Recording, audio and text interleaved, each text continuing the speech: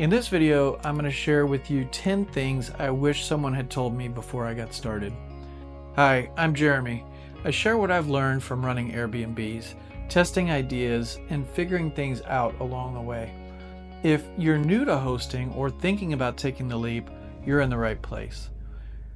In 2019, I was fed up of working a 9-to-5. I was living check to check and I needed to find a way to increase my income, and I wanted to set me and my family up for the future. I didn't want to struggle through life anymore. And although I had a good career in the IT world, I wanted a better life. And I wanted to have a better future for me and my family. I always heard that real estate was a good way to invest, and I had seen others that had success with it. So I started doing some research, and I was reading some books and listening to podcasts. And as I started to look around, the things that I was learning about buying homes and fixing them and renting them out for a couple of $100s a month was a little disappointing.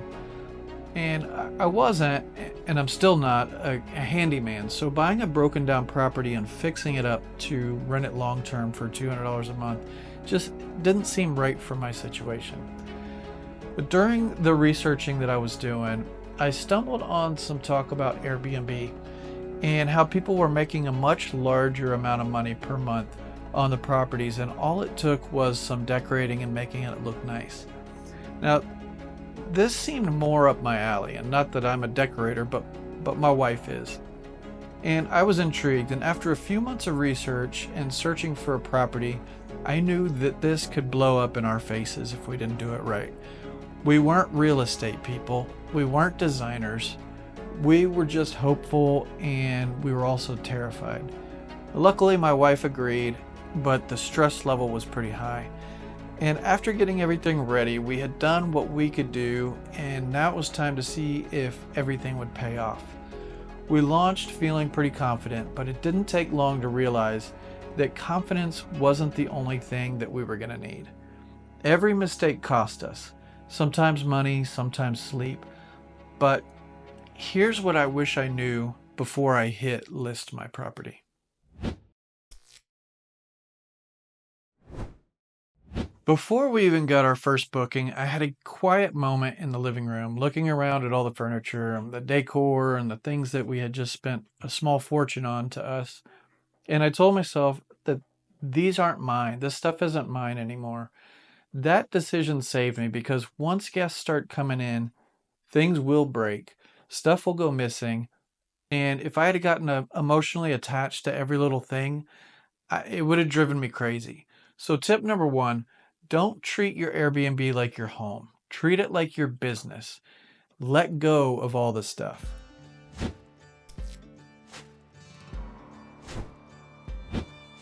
Our first few guests got wildly different experiences. I didn't have any kind of system in place yet. I was manually typing check-in instructions when I would get a new booking.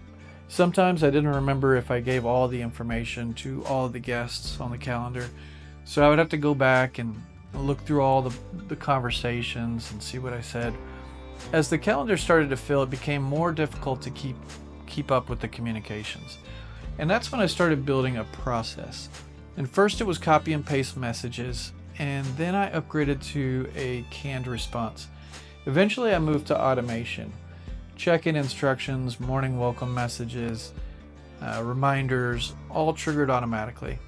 And if you're just starting out, things will go wrong. But if you build a process early, you can start to control it.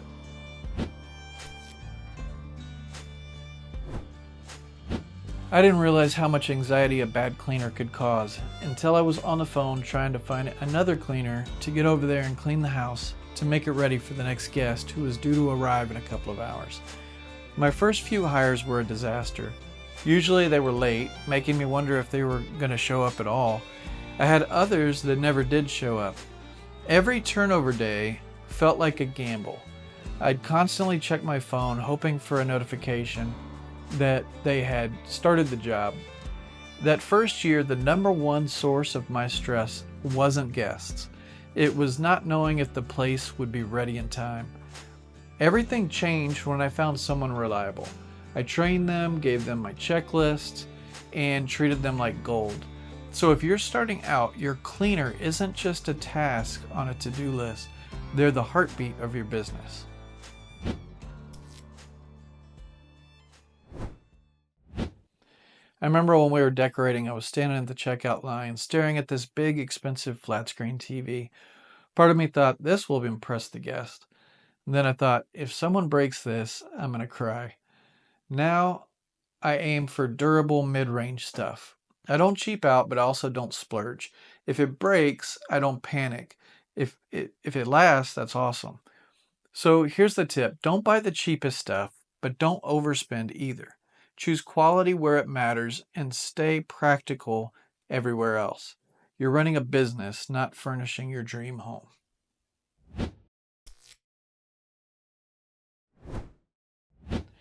I walked into the house one day just to check on things and instantly felt off. A lamp bulb was out, one of the cabinet doors was loose, the patio umbrella had broken and was leaning awkwardly against the fence. And none of it was huge, but all of it added up.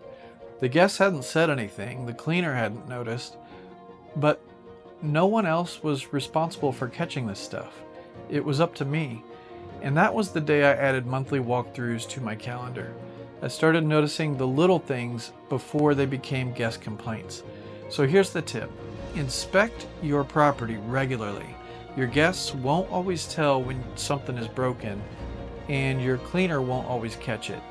But you will, because you'll be looking.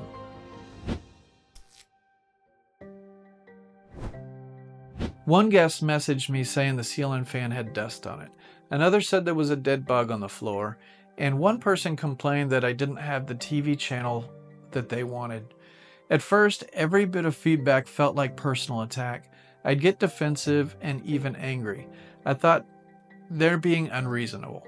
But over time, I realized most of them weren't trying to be difficult. They just wanted a good experience. And in most cases, they were right. One guest mentioned that it was hard to see walking from the driveway to the front door at night. It wasn't something I ever thought about. But after that, I installed a motion light. It cost me $30, and no one's mentioned it since. So here's the tip. Don't take things personally. Learn to empathize with your guests. And most of the time, their feedback is a gift.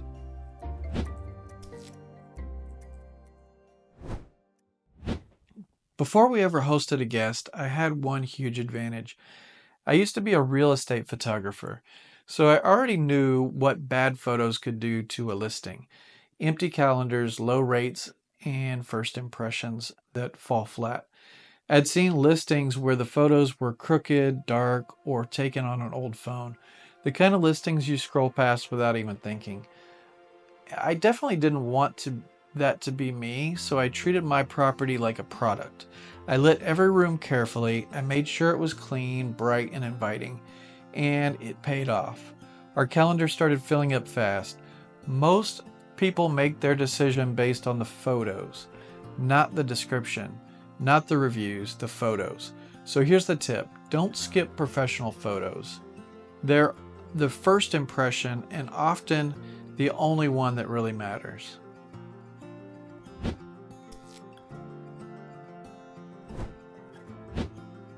I remember one of my first guests messaged me and they were asking me which switch turned on the outside lights.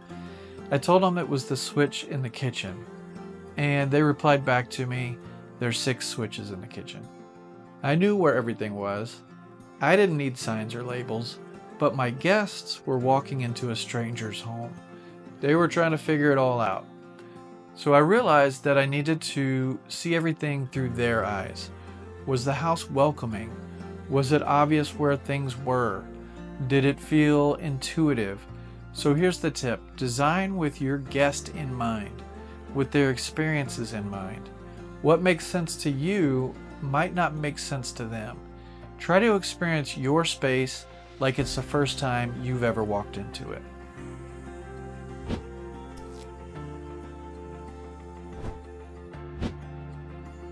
For a while, it felt like I was answering the same question over and over. Where are the trash bags? How do I turn on the living room fan? What's the gate code? And as I got questions on things, It gave me the opportunity to document it for future guests. Every time a guest had to ask, it meant I had missed something. So I started keeping a note on my phone with every repeated question.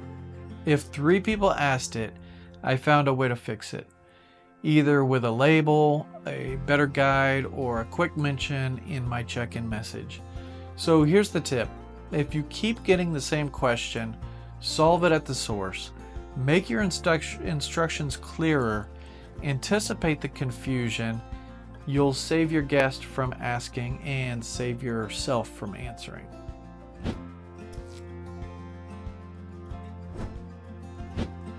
I used to brace myself after every checkout, expecting to find something broken, stained, or stolen. And sometimes, there was damage, a broken lamp or a scratched up table. Once someone had spilled wine on the couch. But I realized after a while that most of these instances were just accidents. A guest messaged me before I even noticed the damage and said, "Hey, I'm sorry, we knocked over a lamp, and let me know what it costs and I'll Venmo you." And I realized not every guest is out to ruin your stuff. Most are just people who want a nice stay and who, like all of us, occasionally make mistakes. So here's the tip. Don't assume people want to destroy your things. Things will happen. But if you lead with trust and clear expectations, you'll be surprised how many people actually take care of your property like it's their own. When I think back to that version of me in 2019 that was researching and worrying and second guessing, I wish I could have seen how it would turn out. And it wasn't easy. I made mistakes. I got stressed. I lost sleep, but I also gained something more valuable than any booking, and that's experience. I started with zero idea of what I was doing, and now I have a system. I have happy guests, and most importantly, I'm building something for myself. So if you're just getting started, here's what I'll tell you. You don't have to be perfect. You just have to keep learning. Every mistake is a step closer to getting it right. And we weren't real estate people. We weren't designers. We were just hopeful and pretty terrified. But now we're still hopeful, a little less terrified, and finally building something for ourselves.